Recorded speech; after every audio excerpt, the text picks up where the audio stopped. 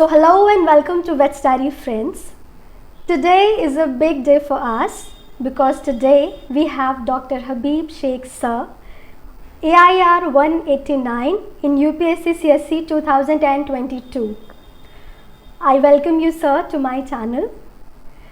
Thank you. I'm very grateful to sir for accepting our invitation. Today we will be discussing the various aspects of UPSC preparation, and sir will be guiding us through experiences from his journey.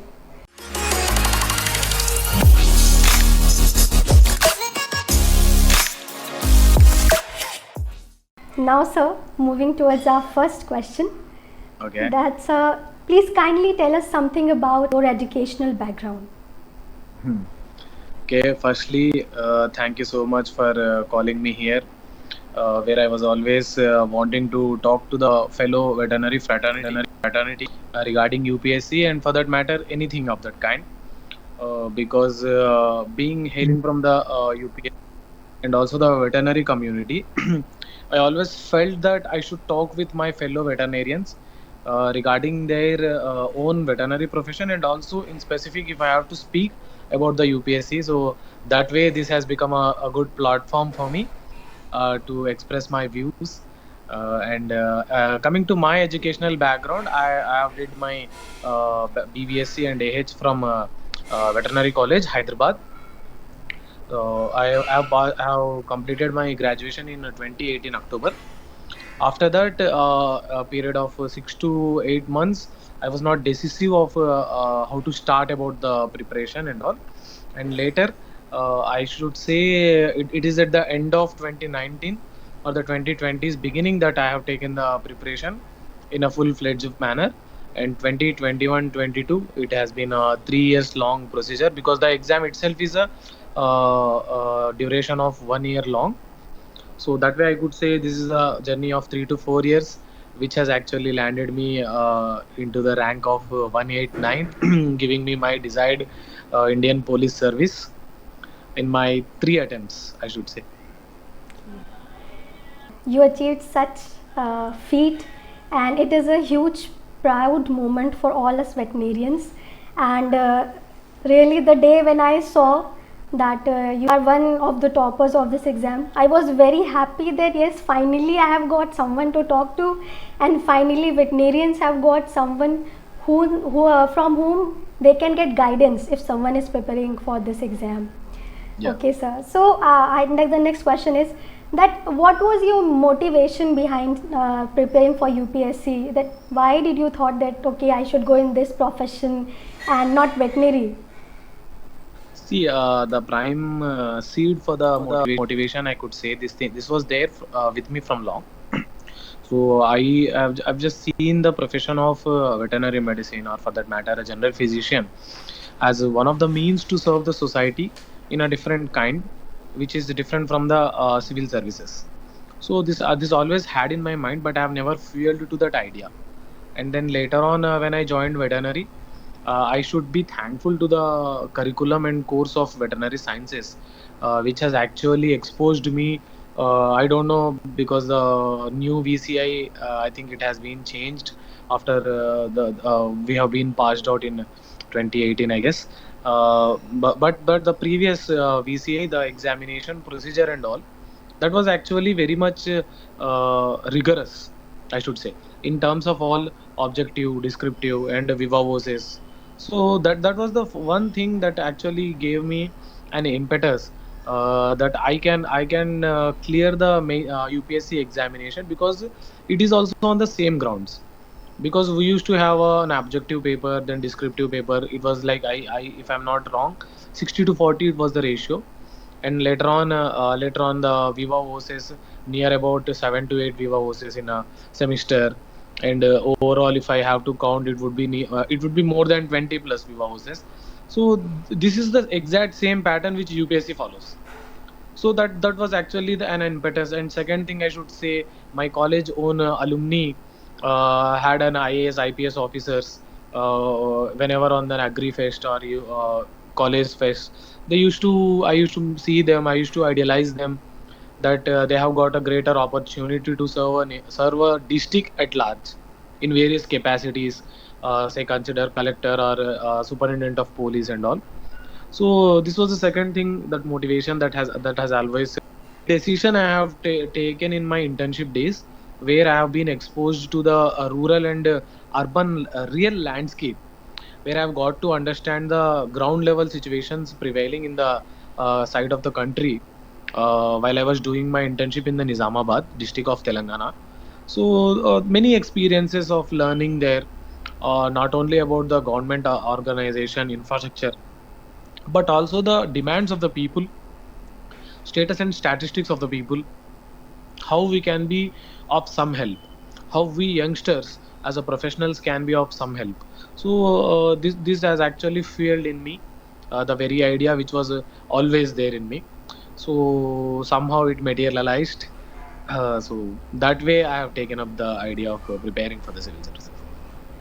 You rightly said, sir, that veterinary is really a very vigorous profession itself.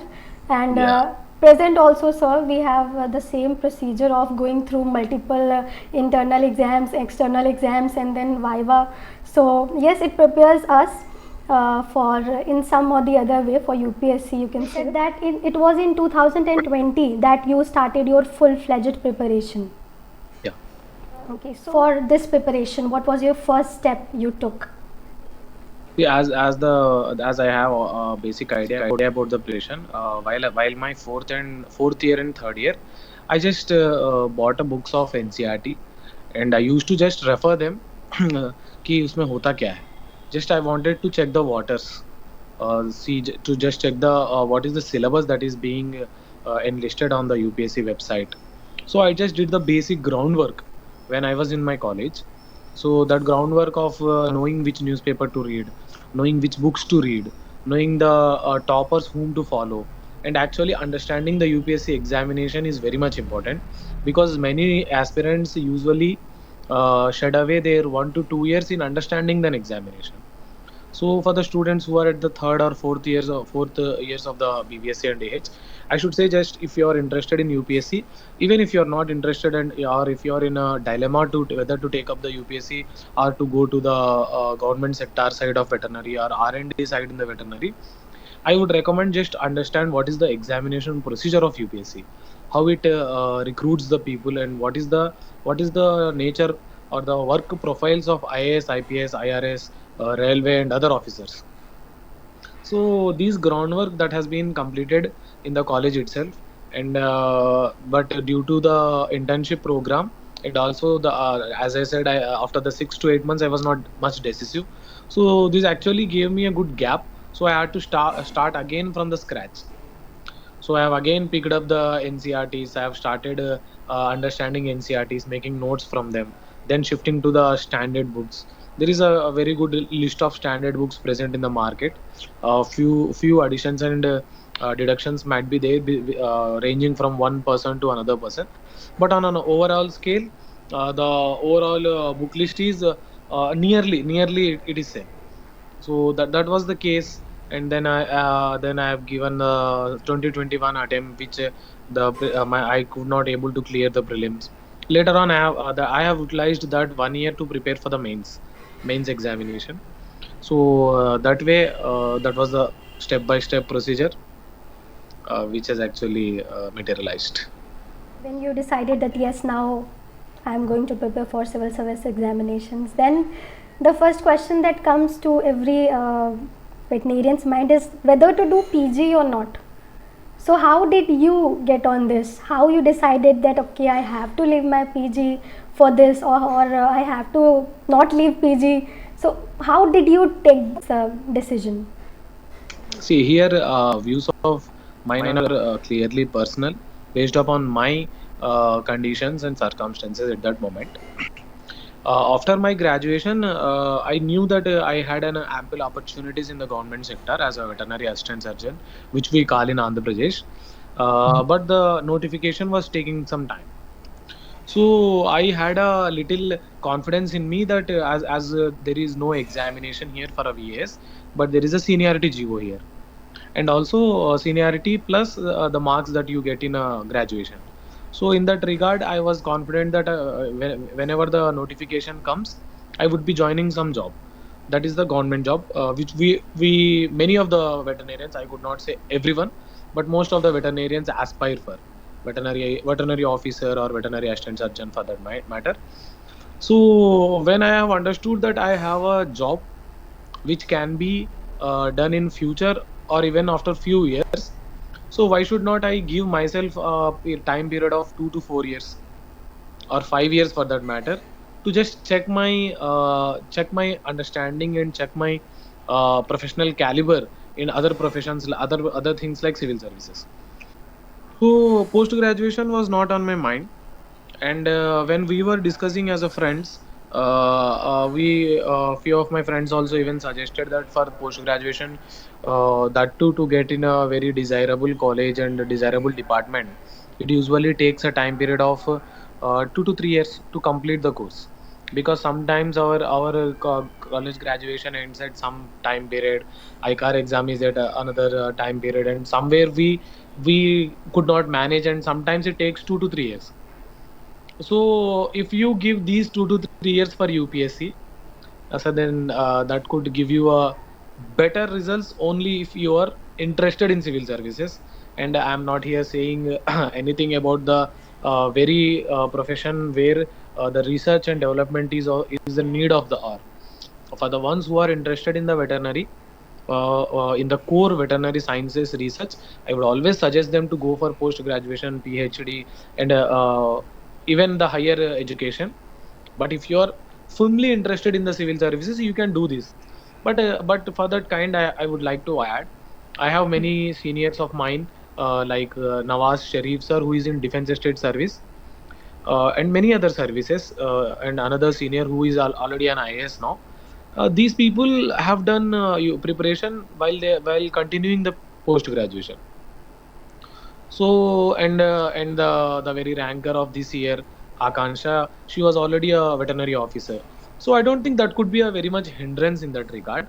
It is up to the personal choice how you wanted to do, because there are people who have not done post graduation and went into the full fledged preparation like me, and there are also people who are doing parallelly and managing the things parallelly. So that is completely on a person's call. Very well said, sir. That we have those 2 3 years, and it is our choice that whether we want to invest it in PG or we want to invest it in our dream career. If we dream for UPSC, Yeah. it means that we have a choice in that. And yes, if it totally depends on person to person that whether they can manage the things together or not. Yeah. Okay. So now the most awaited question for all veterinarians, I think, that despite being a veterinary graduate, you took a non-veterinary subject, and it is a big decision, I think, because we studied for 5 years, 5.5 years now. So, what were the reasons that you didn't took this as your optional subject? Question which I have actually answered at the very first moment in my Instagram account also, because address the queries of the aspirants. So I've even answered there, and I'll repeat here. First thing, optional is something that I've always say this in my talks and other things. Optional is something that is for an analogy, you can say it is like a marriage in the preparation of UPSC, because UPSC, we have to admit that preparation is very much tedious, stressful, long, and the success rate is very much less. So in this long preparation, you have to understand the dynamics of the examination. So here ultimately we have to clear the exam rather than mastering the subject which we take. So there are few considerations I have always given. There are four considerations which you have to consider while taking an optional. First thing, it should be the well versed and the inclination or orientation of an individual person towards an optional.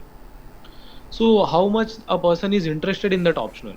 So here I wanted to again call for an attention that interest in an optional is different from familiarity with the optional.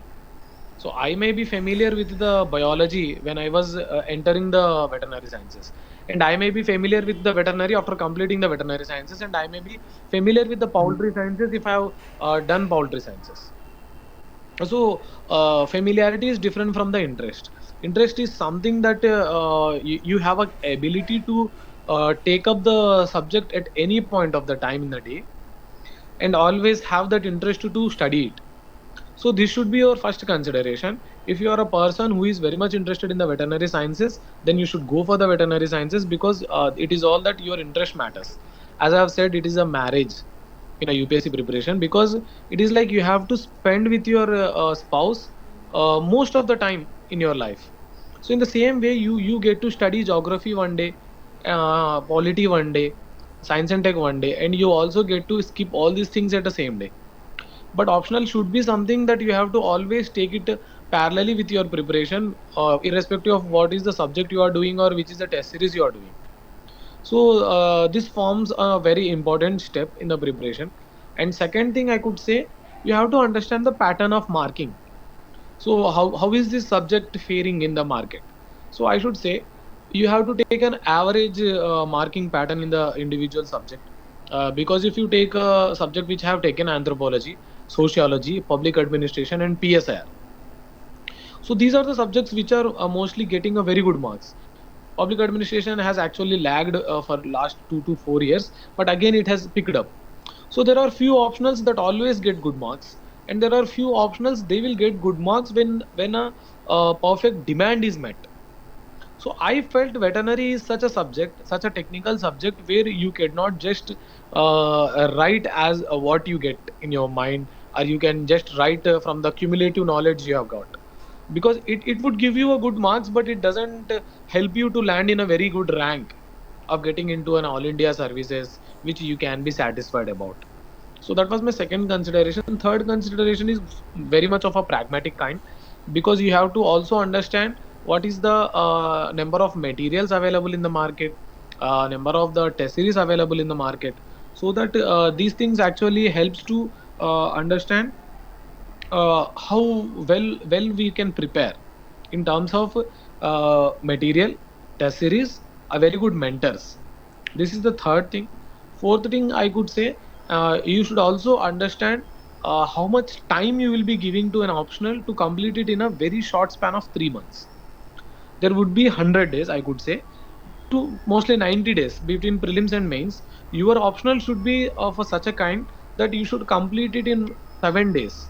When you come to a last stage of the preparation, there would be just 7 days where the entire optional should be completed. So you should always consider all these things. While I have considered these things with my half-baked knowledge, I could say, because I have decided anthropology in my graduation itself. But somehow, fortunately, it has actually helped me to get a good rank, because optional actually gave me nearly 285 marks, which is a major leap forward for this rank. So I think these considerations can be considered, and I have always said, I personally know many people who have taken veterinary sciences and cleared the exam, and I also know the people who didn't take the veterinary sciences and cleared the exam. And obviously, I will say, a veterinarian going to an interview would always be asked about the veterinary, because 70 to 80% of my interview went on the lines of veterinary. So veterinary graduation cannot be separated from a veterinarian. For that kind, optional can be taken differently. That is what I can say. So, sir, as in UP, from last year only, I think, the exam has been started to conduct for taking veterinary officers. Earlier Okay. there was only interview, and now exam is also being done. So for that exam we have to prepare for veterinary.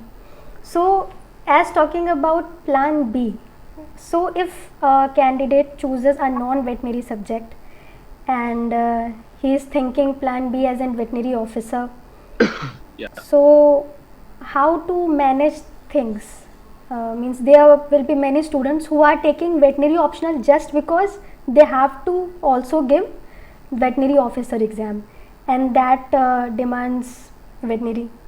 So it will be okay to take non-veterinary optional. Means I think you got my Yeah, question. yeah, yeah. I got your question. In that regard, I could say this thing.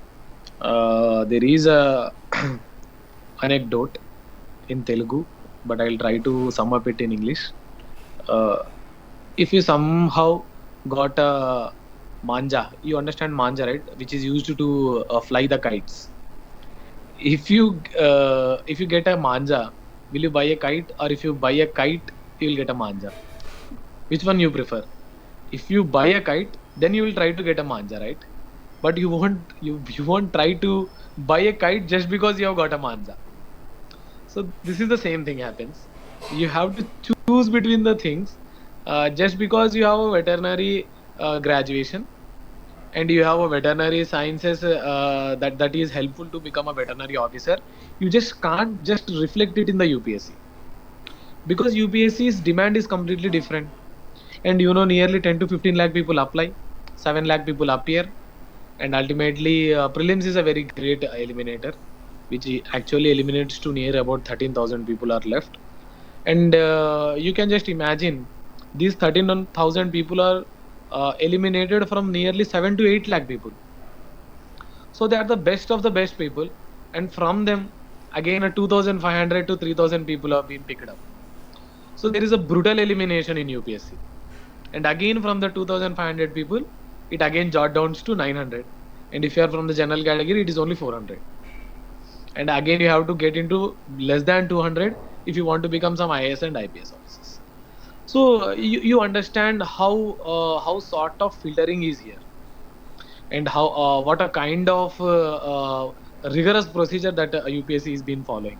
So for this kind, we cannot just think that I'll be preparing for the veterinary officer with this veterinary, and just let me take this thing as an optional for UPSC. So bottom line, I wanted to say, if you are taking some optional or something, you have to give your 100% to it. It's not just like it will be useful to me for other things. If you are giving your 100% to the veterinary as an optional, then this is the kite. Then it can be useful for the veterinary officer, but it is not the other way around. So this is the first thing. And the advantage of taking veterinary is this thing. You can use it as an optional for UPSC, and you can use it as an optional for forest services also. Indian Forest Services is also an all India service, very good for a veterinarian, because he get to work with the animal biodiversity by working with the government of India, and it's an all India cadre, all India service. So this is the case. And again, you can always be ready for the examinations like post graduation, veterinary officer, all these things. So these are the advantages of taking veterinary. But there are equally other things which can be considered, which I have already mentioned. And coming to the question of plan B, I could say there are two types of persons. I would say a person A, who is like me, who will be comfortable, or who would be in his comfort zone if he has a very good plan B. Because whenever you think that when I didn't clear prelims for the first two times, I always thought that ultimately I have a veterinary assistant surgeon job and I will go back there. So this is just like I'm just giving my 2 to 3 years here. But when I have understood myself that I will not be joining VAS even if I get that job, and I would be trying UPSC, and I have a no plan B, then I have actually pushed my maximum possibilities, where I have realized my maximum potential. So that way the third attempt of mine was very good, and that has actually yielded me a rank. And there are another type of persons, I can say them as a person B, where they are always living in a concept of FOMO, fear to missing out. So they may think that I don't have a plan B, and they don't concentrate on plan A also. So for them, I think this can be helpful, because it gives them a very sense of confidence that yes, I have a plan B, so let me do this plan A very well. So you should understand which sort of person you are, and then you should accordingly you should have a plan. And I think this will solve the doubt of many students. And yes, sir. So when we are talking about prelims, so this year prelims was an exceptional paper, we all know, and everyone was like UPSC has eliminated elimination. So what is your take on such papers, that how should candidates manage them? See, I will admit that this year's UPSC paper, I cannot say that this was completely exceptional. It was exceptional because of one thing is the change of pattern. in comparison to the previous papers, because the pattern of asking the paper has been drastically changed. Every year you observe 10 to 20% of change in the pattern, but this year the degree is being increased. And second thing, CSAT.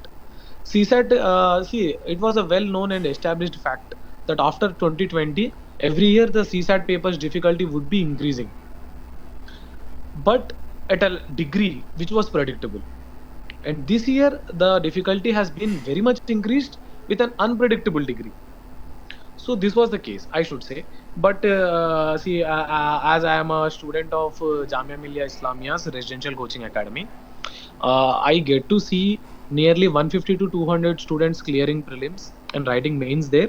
So from the good sample size, I should say, you should master prelims in such a kind that I have seen a good set of people clearing prelims every time, irrespective of how tough the paper might be, how unpredictable the paper might be. So as this exam is completely a relative kind of exam. If it is tough for me and it is tough for you, see, when we all have a common problem, it is no more a problem, because we all know that we die someday, so we never bother about dying. Yes, it is a problem. See, who wants to die from this beautiful life?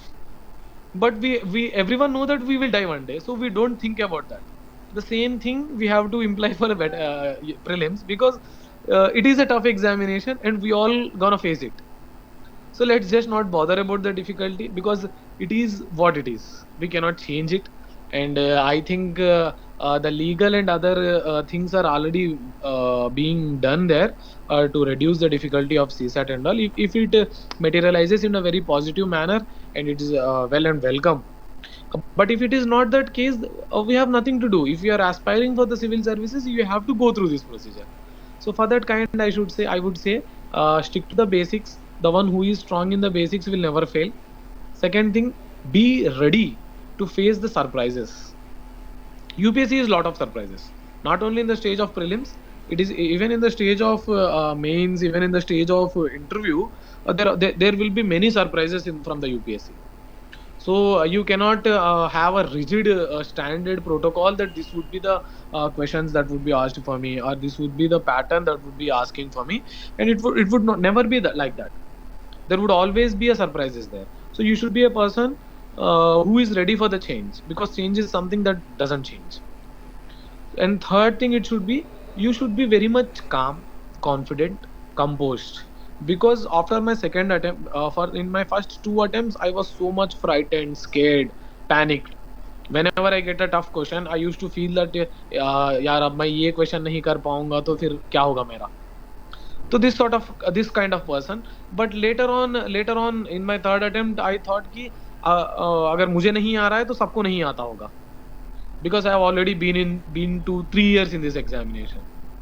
So that thing, I would say that confidence, composure would actually help you to get the edge of 5 to 10 marks, and that is the edge you need for the prelims. So that I can say. What was your strategy for prelims? That how much time you devoted for it, and how you prepare for it? So please tell us something about that. Regarding the prelims, I should say you very much restrictive, because a major problem in this age is information disseminatory and also infodemics. Just like we have a pandemic, there is a great infodemic, because you have a lot of information there, and a lot of this information is consisting of noise rather than the data. So the first kind is that you have to separate data from this noise, and second thing, you have to weed through the infodemics.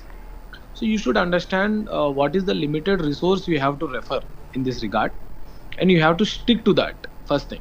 Second thing, you have to greatly analyze the previous year's questions in such a manner that what is the demand that this guy is asking from us, what is his expectation from us to know from this specific topic.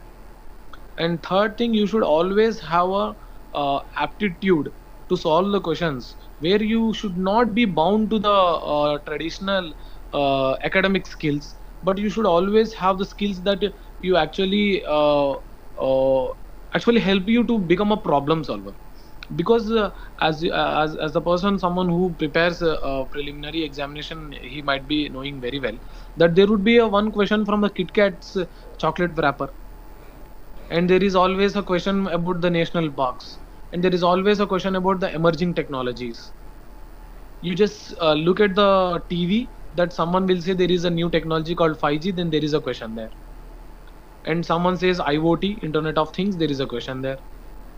Blockchain was such a kind of technology in 2013s, and there has been a lot of questions from there. LTE, VoLTE, 4G. You just see that a pattern of asking questions from the UPSC is very much predictable. The pattern, that kind of questions is predictable, but the way it presents to you is the unpredictable thing. That is where you have to be dynamic. So let's not contradict here. So I'm telling you that you have to understand the way UPSC asks you, way UPSC demands you. It actually wants you to understand the basic economics. It wants you to understand the interest rate, exchange rate.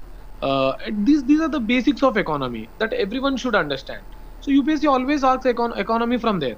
But people, students usually get manipulated with the coaching institutes propaganda, that they just pick up the 300 pages economic survey, and I bet you can only solve one question from economic survey.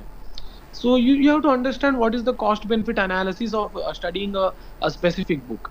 You just study 11th 12th geography NCRTs and you can answer 4 questions. You just study the Lakshmikant of polity and you can answer nearly 10 questions. So you should choose between the books you have to study, between the things you should focus. So this is all important. I would say that sticking to the basics, understanding the previous year questions, having a very good aptitude to clear this exam. These are very much important for the prelims perspective. Did you join any coaching for your preparation, or it was self-study kind of thing? See, actually, I don't wanted to join any coaching, but when I was in my hometown Vijayawada, I just went to a study circle. I could not say it is a very much organized coaching, but it was a very good study circle where I have got very good contacts. Few classes also like geography, economy. I was benefited from there. I could say later I didn't take any coaching from any institute. If I have to consider, I would say coaching institute's role is less than 5 or 10%. They just give you a direction. But if you can afford the coaching, and if you can afford to stay in the Delhi, because not everyone is very much comfortable to stay in the Delhi, because there are many factors for that. Delhi, everything is extreme. Even if it is cold, it's extreme. Even if it is hot, it's extreme. And then the food you get in Delhi is not that desirable and palatable. And the third thing, you just get a lost feeling while you're not clearing the exam and staying in the very costly avenues of the old Rajendra Nagar and Karol Bagh. So I would not say that coaching is necessary, but I can say coaching can be helpful. But without coaching also you can clear this examination. And I would say my preparation, the role of coaching was just only 10%. And if you have to consider test series, if you have to consider value addition notes that you anyway sometimes get from the Telegram or any other online platform, if you amount this to the coaching, then I would say I would refer that. I would tell you to follow some the series. I would tell you to follow some current affairs series. But as such, basic foundational coaching is not very much important. Not at least for the professionals like veterinary who can understand the books by themselves. Yes, for subjects like economy and geography, you can take a selective coaching, but rest of the subjects they're self-understood. So, what were your resources that you followed for this exam? If I had to talk about the book list, I'll give you a brief book list, and the detailed book list I have mentioned in my Insta handle. I would say Lakshmikant for polity, Spectrum for modern India, R.S. Sharma for ancient, Satish Chandra for medieval, PMF for environment, NCRTs and G.C. Leong for geography. And what else is left? Science and technology. You can make a very good notes, picking very good topics from various resources like Raw's Compass or only as Prahar, and even only as Udan. So this can be a basic resources you should follow. Apart from that, you should always try to add the content from test series. You should be vigilant in this examination. You should be very much accountable to yourself. You should also be accountable to the goal you have been set. So that forms a major thing. Otherwise सबको book list तो पता होती है, लेकिन पढ़ने वाले कम होते हैं. That is what I have observed in the long years of preparation. As this is quite a long preparation, and we need both perseverance and passion to clear it. So what was your timetable that you followed, and the discipline that we need in this exam? And many students, they make timetable but they can't follow it, and it changes every day. So what is your take on it? See, regarding the discipline and that concept of timetable we have to follow, and the aspects of non-diligence in following the timetable, I can say you should greatly have a self-motivation. You should know why you are preparing for this examination. If it is for your parents, then that's not a bad idea, but you should stick to that goal. If it is for you, then how badly you need it. And if it is for your career or for your someone, if you're for your sister or for your brother, you should at least understand for why I am preparing, and you should give your 100% to it. In my case, it was completely for me, because I wanted to see myself as a IPS officer or IAS officer for that kind. So that should be a self motivation from yourself, because this is a common thing that every second, third day you will feel very much demotivated in this preparation, and after every week you feel demoralized by writing a small test series or getting a very less marks in any small test series is enough to make you feel demoralized, demotivated, getting a doubt on a self esteem or self efficacy doubts. So these things are always there. You should understand that, because this is not like out of the blue thing. This is a very natural thing. And coming to the timetable, I could say my timetable was not rigid as regards to the timings, because as I stayed in the Delhi from last 2 years, in winters I used to stay mostly like I used to stay till 2 o'clock, 3 o'clock. I used to stay in the nights, and I used to wake up very late. Uh, but in summers, I used to wake up early and I used to go to bed early, because of the extremeness you can see in the Delhi and other things. So on a overall, I should say at least give 6 to 8 hours daily, and you can take a weekend break, 1 day break you can take, and 6 days of your day should be very much diligent, disciplined, and they should be continuous, perpetual. So I should say rather than the intensity, it is the consistency that is important. And you cannot expect a good results if you're not a disciplined person. So we always learn this discipline from the very profession of veterinary too, where we wake up early, we go to the clinics, we stand there for hours, we take an amnesis of the cases, different cases, we follow it up, right? We just come to the clinic next day, we understand how is the case progressing, and third day, fourth day, and even if we just skip the posting, or if our posting is been changed also, we always try to see that case by our friends or someone, uska kya ho raha hai. So the same thing you should have in your own preparation life also. You should always be diligent, disciplined, and I should say there should be always a spark in your heart that should always lit the light for your future trajectory and for your motivation, and that eventually places you in a better position, which actually gives you, see, the aspects of power, the aspects of money and all things are even there in many other professions. And even our veterinary profession, I know many of my friends who are practicing very well and they are earning in very good numbers. So we are not here for that. We are here for a thing that in a day you can actually directly impact the lives of 10 to 20 people at least in a day, by being a collector or a superintendent of police. So you should understand this thing from your heart. A woman coming to you with the complaint of his husband's harassment, as a man comes to you with a complaint of someone hooliganism over him. So you get to be of some help to him. You can relieve the women's pain. You can actually make the person feel secure as being an IPS officer. So you just imagine how happiness this thing gives. The altruism that is lying in this profession is very much. So this should be the driving factor for you.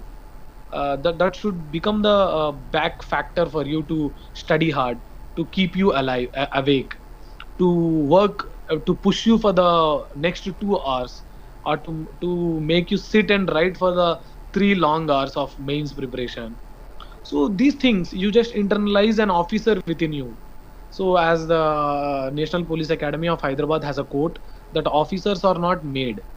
There is always an officer in a person. It is just that the academy just chisels him out. So that is what. So I would say that feel yourself an officer, a responsible person, a person who is contributing to the nation building.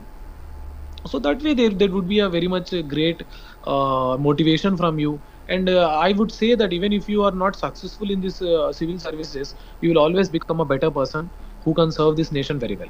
So rightly said, from standing to long hours in clinic and to having an inner motivation. This is the most important thing UPSC aspirant must have. Yeah.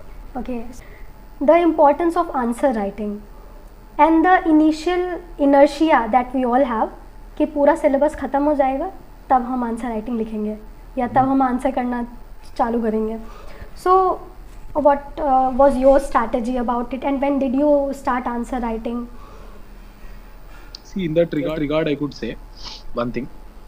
As I have visited veterinary college in Warangal just 1 week back, I had interaction with the vets. So I was fortunate to talk with them and also to clear doubts of them. There also I mentioned the same thing. Why veterinarians should take up the UPSC preparation? The first point is that you are already half prepared because of our rigorous examination pattern. You are already half prepared because I have seen many students, my own friends from Jamia Millia, where there are those students, there are from IITs, but they don't have a descriptive leaning. And there are students from law, humanities, they don't have an objective leaning. And there are students from many other professions who didn't have an viva voce leaning. So viva voce is nothing but an interview. Our descriptive paper is of mains.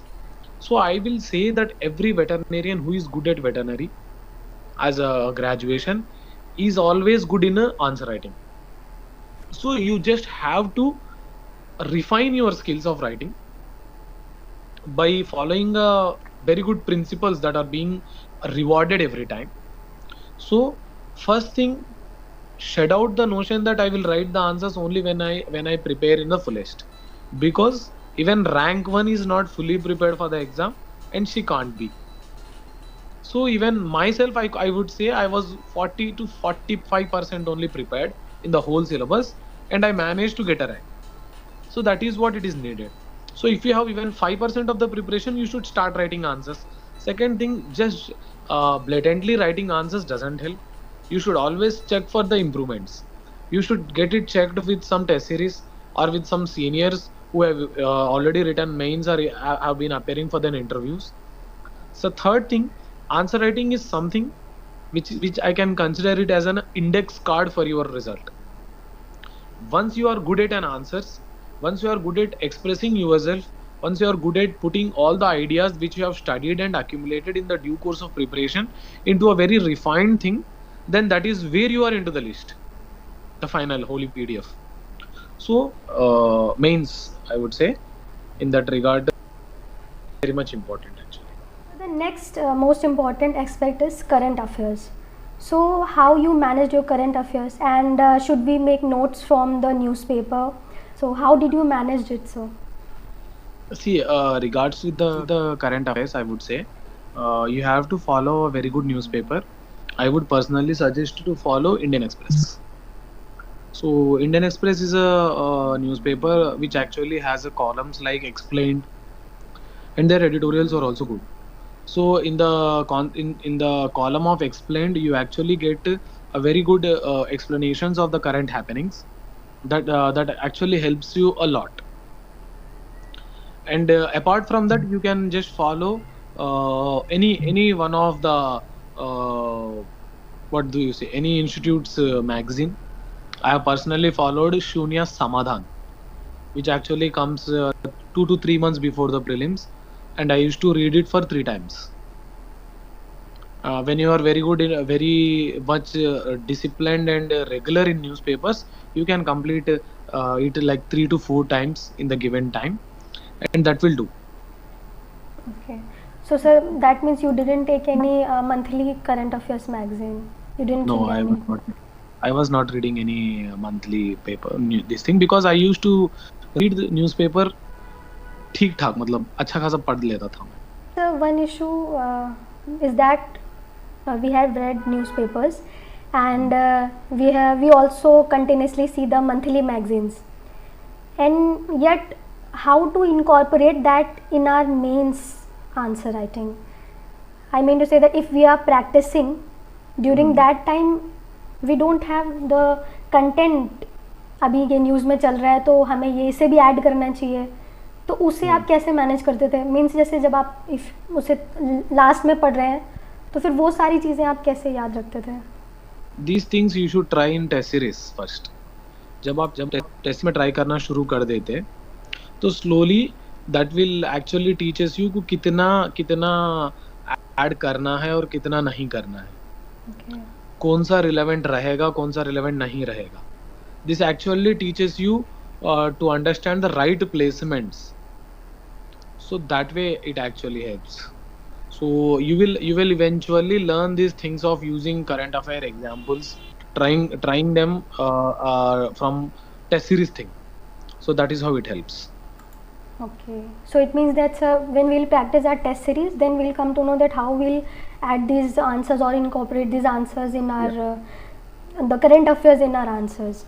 Yeah. Okay, so sir, which test series you took and how you manage test series along with revision and value addition? Test series for mains, I have followed Forum and also Shankar. For optional, it was Level Up IAS, Apology. And regards the value additions, you always get to have a very good value addition materials from various institutes. There are few value additions from Forum IAS. There are value additions from Shunya, main side value additions. And lot of major share of the value additions actually happens from the newspapers by yourself. So that way it actually helps. So it is all about you, how you present the paper by having a characteristic examples of your kind. 5 most important points which you want to suggest to the aspirants and which you experienced in your this journey. Kindly tell us, and that will enrich the aspirants definitely. For the vet community, you should believe in yourself.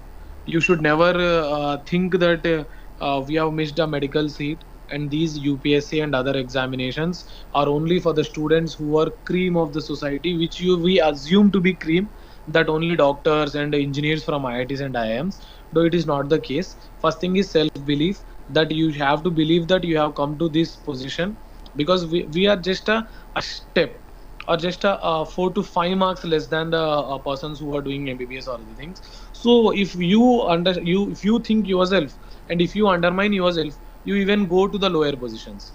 You should always think that there is always a chance to express yourself. So this is the first thing, have a self-belief. Second thing, take right decisions at the right time. After doing your PG, PhD, if you are deciding for coming to the UPSC, I don't say that you will not be successful, but I'll say that it would be delayed, because we are already delayed. Engineering students come out of a graduation at 21. Humanities के लोग 20 में बाहर आ जाते. We are already at 22, 23. And if you are going for PG, PhD and it is again 28.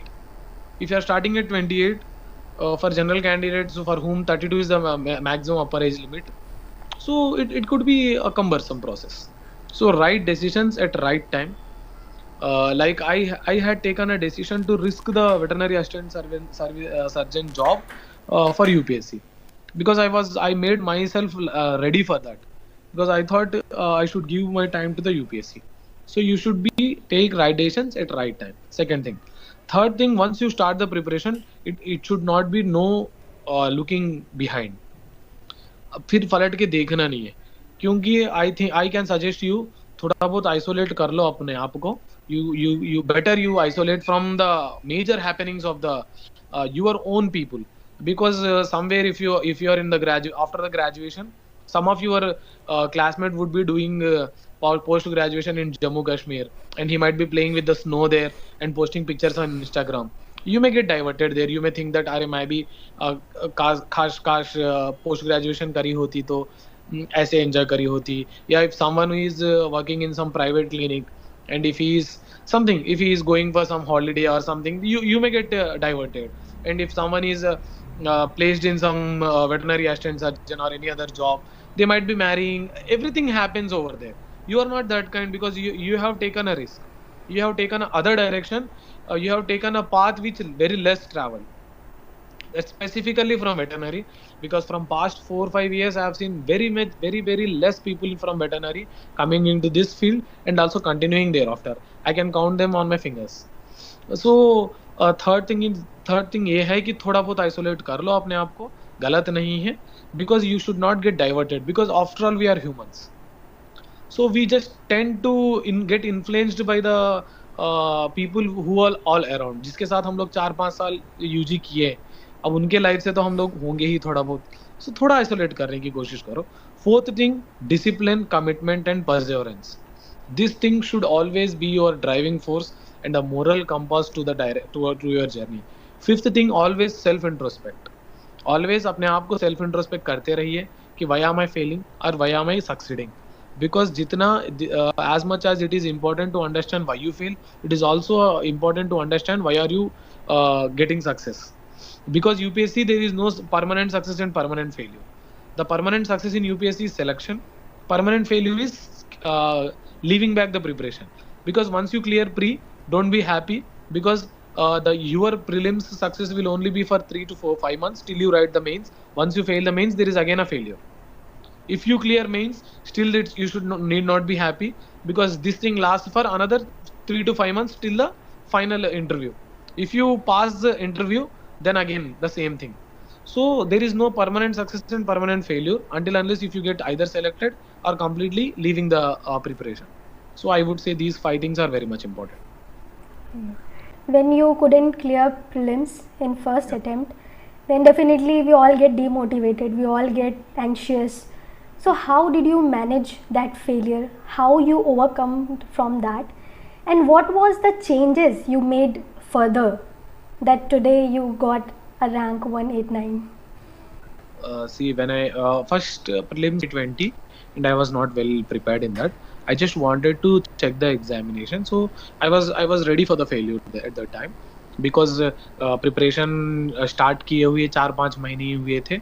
I was just that I have to check the preparation and I have to check the examination pattern and all. So I was ready for the failure, so it was not disheartening for me. But the second attempt, when I went to Jamia, and I have actually studied everything and I have not left any stone unturned, but still I failed the preliminary examination with just 2 questions or 4 marks, something around that. It was a very narrow margin. So at that time it was disheartening for me, and it took me 3 to 7 days to come out of that thing, because I was not accepting myself that I have failed in the examination, because actually I was dreaming about writing mains. But eventually when you are kicked off from the very first stage of the preparation, definitely you get demoralized, demotivated, because you are nowhere. So it actually pushes you into a zone which gives you a lot of doubts. The concept of self-doubt is instilled there. So this actually happens. But anyway, you have to understand that this examination itself, as a procedure, it is very much cumbersome, and as a procedure, it is very much demanding. So you should understand that you cannot make miracles or magics in 1 or 2 attempts. So यहाँ पे जैसा मैं जो 5 points में बोला हूँ कि self introspection बहुत ज़्यादा important है. You should understand why did you fail. You should always understand that if you are failing, that it means there are very many better candidates than you. So try to be a better candidate. I have regained the strength because I have already told you that there should be a very great self motivation. There should be always a driving factor within you, that why should you do this civil services. So that will eventually put you into the place. Once you get started with the preparation, once you start liking the process of preparation, you just get carried away with the progressive trajectory. So that is the same case in my thing also. Though I have suffered nearly 10 to 15 days because there was a lot of instability, because many of our friends might be writing mains and we are left at the preliminary stage only. So it actually arises questions that does UPSC is a cup of tea? Are we made for the UPSC or not? All these things you actually comes to the picture, and this is natural.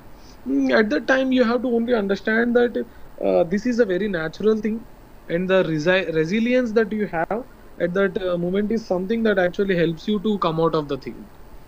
So I think that should be the case. As you said that going Delhi is not important for this preparation. Yeah. So being at home, many students are preparing for this exam while they are at home. So how so they get to know, or what would should be the method by which they know that their preparation is going in right direction, or they are not misguided by the lot of information present in the media or the internet these days. So how one can prevent themselves from being misguided? To 5 things to understand are we on the right direction. One thing is you have to look at the topper talks and topper things, where the what they have actually done. If a person is saying that he has done ABC things and got a rank, then you don't need to do D, because ABC is enough. And if you are doing only AB, it clearly says that you have to do C more. So this is the one case. Second case could be the test series. Test series are mostly of all India kind. So writing a test series actually helps you to understand where do you stand. Third thing is that I would say there is a sense of common sense in every person. So that actually, if you ask yourself, your inner mind, it actually tells you that whether you are doing correct or not. Just that you are sitting on a current affairs for 5 to 6 long hours, you yourself know that you are doing so much, but just because तुम्हें उसमें मजा आ रहा है तुम करते जाते हो. मुझे पॉलिटी अच्छा लगती है तो मैं सिर्फ पॉलिटी ही पढ़ते रहूंगा. मुझे बस इकोनॉमी अच्छा लगती है तो मैं सिर्फ इकोनॉमी ही पढ़ते रहूंगा. So we somewhere we know that we are doing wrong, but we just don't want to accept the fact. Just that if we accept the fact that we stop this, that we have to stop this thing, we just don't feel comfortable. So you have to push yourself, you have to challenge yourself. So these 3 things can actually help you to understand whether you are on the right direction or not. And always I would say this is the actual model case study from the IITs. Their alumni support is very much strong. Whenever they are stuck at some point, they ask their senior, and he just lets them to understand which way they have to. So in the same way, we students from veterinary, we are trying to help the students from the very fraternity of our profession as much as we can, because there are always hindrances and limitations from our side because of training or many other things. But some way try to reach out to any of some topper, any of some person. We are happy to help in that regard. And so definitely we are very lucky in this sense, because we have our toppers, the latest toppers I must say. And thank you for that also, that you have agreed to talk with us, and definitely this session will going to be very useful for all the aspiring candidates, and for them also who have a doubt. This video might help them in that yes, we can also do this. So sir, the last part and the most important part of UPSC journey is the interview part. So what was your preparation regarding that? See, interview is more of a personality test than a knowledge test. So I would say your real personality comes over there. So whatever the fabricated things you might try to do, whatever things that are not real in your life, if you try to bring them, they will all be shut off. They will all be not counted, not quantified, and the real person of yourself would be coming out there before the interview panel. And the 5 to 6 people who are very much esteemed bureaucrats of someone from IAS, someone from IPS who has done DGP, IAS who are done actually chief secretary, some IFS officers who are ambassador to the very great countries like US and other things. So somewhere you cannot try to bluff them, or you cannot try to just play over there. So I would say just be honest in the interview. From the stage of filling your detailed application form DAF to the stage of getting final interview, you have to be honest in answering. But yes, there is a process of answering in an official manner. Is asking you about what do you say about the present education system. You just can't say like a layman that yes, present education system is of waste and India goes nowhere. So this sort of behavior is not at all expected from an bureaucrat. You should understand, sir, we have started slow because we have started in the mid 20th century. But yes, in comparison to that, we have lifted many people from percentage of 16% of literacy in 1947 to we have reached a stage of 74 in 2011. So this is a great achievement. And yes, we have a positive trajectory that we will reach this to 90 or 95 in the future. Yes, we will all put our hands, we will all put our minds for this. And yes, I hope a positive trajectory. This is what expected from a bureaucrat. So they don't need criticizers, they need someone who can get solutions and become the part of the solutions rather than complaining about the problems. So this should be the basic attitude for the interview, and the rest of the things all you can learn in the due course of time. Regarding veterinary, as you said that most of the part of your interview was from veterinary. So what kind of questions you were asked from veterinary? Yeah, they have asked me about the slaughtering methods, slaughtering necessity in the country. They have also asked me about the One Health concept, zoonosis. They have asked me. They have asked me about my own internship NSS camp, animal fertility camps. They have asked. They have asked about the fodder, better fodder things. They have asked types of the milk, A1, A2, B1 milks, these milks, and they have even asked about. Many questions were from veterinary, disease control programs from veterinary, and artificial insemination techniques from veterinary, and they will ask from every part of the veterinary sciences that actually catches the curiosity. So you have to be a very good veterinarian to become a very good civil servant in interview. Okay, so means before your interview you might have prepared all this because. Yeah. Studying 3 years anthropology and then suddenly veterinary. So somewhere we have studied long 5 years. There is veterinary within ourselves. We cannot. That is what I say. Not separate veterinary from us. So that is there. You just have to brush it up. I just brushed it up with the handbook and some good searching from the internet, and it was just like 1 month preparation is enough to just get back into a person who is, see, I don't say they don't ask you dosages. They will not ask you which enzyme actually acts there or which this thing. They won't ask these things. They will be asking on an overall scale.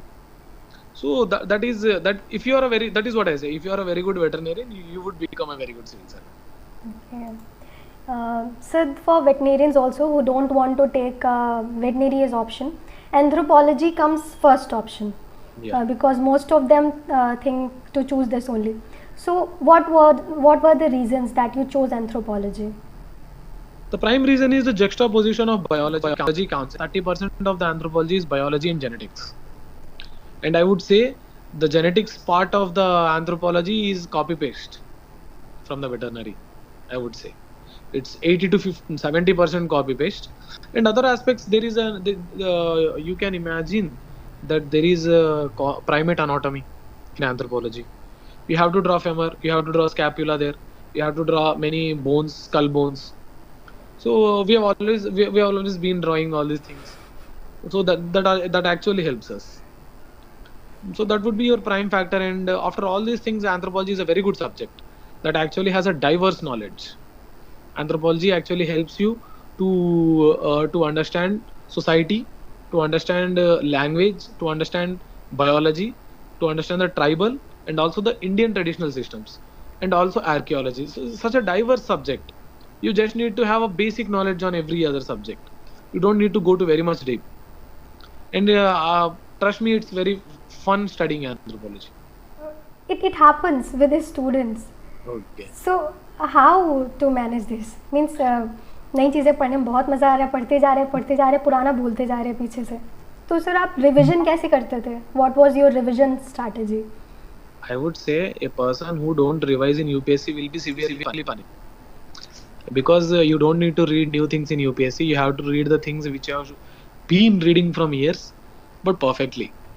So your revision strategy should be, there is one standard strategy that's not designed by me. It is already established one. It is called as 50 30 20 10 strategy.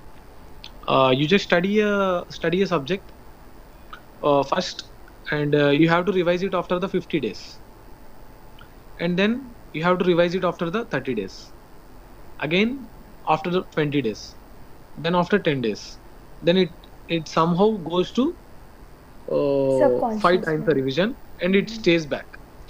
Because once you revise, and if you revise it in within the 10 days, you know that you have already learned it, and it would be just like skimming the pages.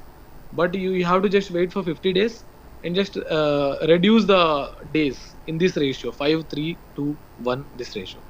This is usually called a very good revision strategy. I used to follow. I won't say that I've been following this very much rigidly, like I've exactly followed 5 4 3 2 1, but I would say on these lines the revision can be possible. Our last question, that since the result has come, what are the feelings, what are the mixed feelings, the happiness, the sense of completeness, fulfillment you are experiencing, how the life has changed after being selected as a UPSC candidate in the civil services? Yeah, I won't say life has tremendously changed, because life has not changed exactly after the result, but life has actually changed in the process of preparation. Because in the process of preparation, you get to learn the society, to observe the society, you get to understand, and I would say what kind of person you might be before the preparation. Preparation makes you feel responsible. It makes you to understand the civic capital of the country, to understand what a citizen should be and how he should not be. So that is what I said. If you don't success in the preparation also, you would come out to a best citizen of this country. So that actually changes you. Preparation के बाद जो result आता है, it is just a means to something you have to.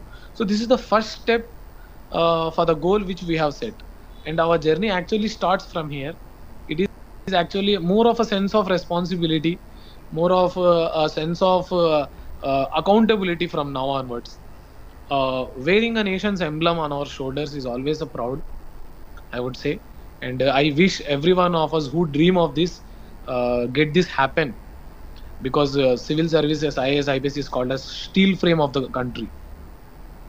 So it's very much proud to wear the nation's emblem on our shoulders and on our head, and to take it forward with a sense of proud, and taking a lot of prosperity and proudness in our unity and diversity, I would say, and contributing a small penny of ourselves to the nation building is very much satisfying.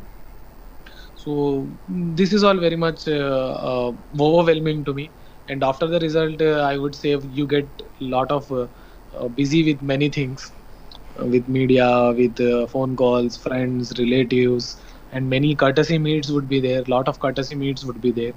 You have to be meeting many people there to understand, from the senior officers, to learn for our career prospects, and to meet, to show the gratitude to the everyone in this journey, and to inspire people if we can, by giving what we are.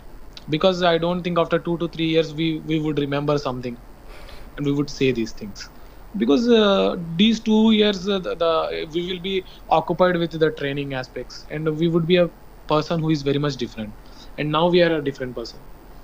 So all these things would come, and I was very much fortunate, and I am very much grateful to the every person who has contributed to my success.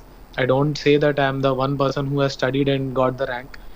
There are nearly 50 to 100 people behind me who directly and indirectly helped me, ranging from my first time I have touched the book of UPSC to the checking of my PDF to see my name.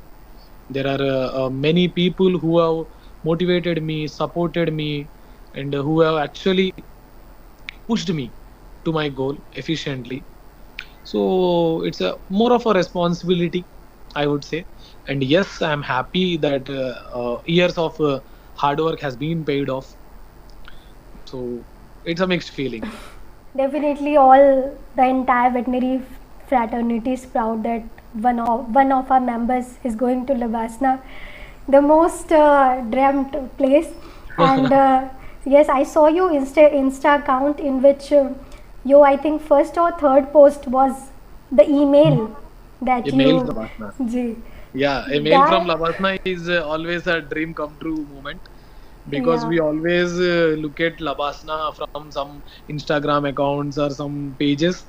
We always dream to be there, Labasna, National Police Academy, all this thing. But once you get a mail from Labasna with your name mentioned, so it is a very butterfly moment actually. Yes. Everyone of this community or fraternity who wished for going to the UPSC would clear it. And as I have always said, though little delayed, I'll always be available for clearing each and everyone's grievance through my Instagram handle, because I don't have any other social media handle. So um, I would always be happy to help if someone of the veterinary community reaches me. Yes, sir. I have personally felt this since the first day I have been contacting sir. He has always been continuously replying me, and Yeah. it was I who was like, "Sir, we should do this interview," and he was like, "Yes, I am taking out time." And today, this is finally that we have done this, and I am very happy interacting with you, sir, because definitely interacting with a veterinarian and then interacting with a future IPS officer is a very lucky thing to get, and I feel myself lucky that I have got this opportunity to talk to you. And you are very humble and very friendly during this entire talk. And Pleasure is mine. Pleasure is mine. so, lastly, if you want to, sir, add anything, any message to all the members, all the viewers, or to the entire veterinary community, then please. Yeah, that is what lastly problems and issues, hindrances are the part and parcel of the life. We have to grow over them. We should not pray that we should not pray to not get the problems, but we should always pray to have a courage and resilience to face the problems and come out unscathed. And I would always say one thing: work in the silence and let the success of you make the noise. Until then, be silent, work for the nation. Always think that that is what I said. Wearing a nation's emblem on the shoulders is always a proud moment, and you can actually give a life for that. And we are just giving our years of life. So I would say that is always a best moment, and I'm always happy to help the veterinary community in specific, and for the general UPSC aspirants for the general. Okay, and yes, sir, definitely. If any one of our viewers want to ask any question which has not been answered in this talk, I hope that we have talked about all the aspects of this preparation. But if any question is left, then please feel free to ask. You can also contact sir on his Instagram ID. Thank you so much, sir. Thank you. And Thank you for giving me this platform. Please like, comment, and subscribe to the channel of Vet's Diary, because we as a community of veterinarians, being professional veterinarians, we should always work for the each other's knowledge grooming to the level of information sharing and all other things. And this channel forms a part of these community service. So I would recommend to like, subscribe to this channel. Thank you so much, sir. That means a lot.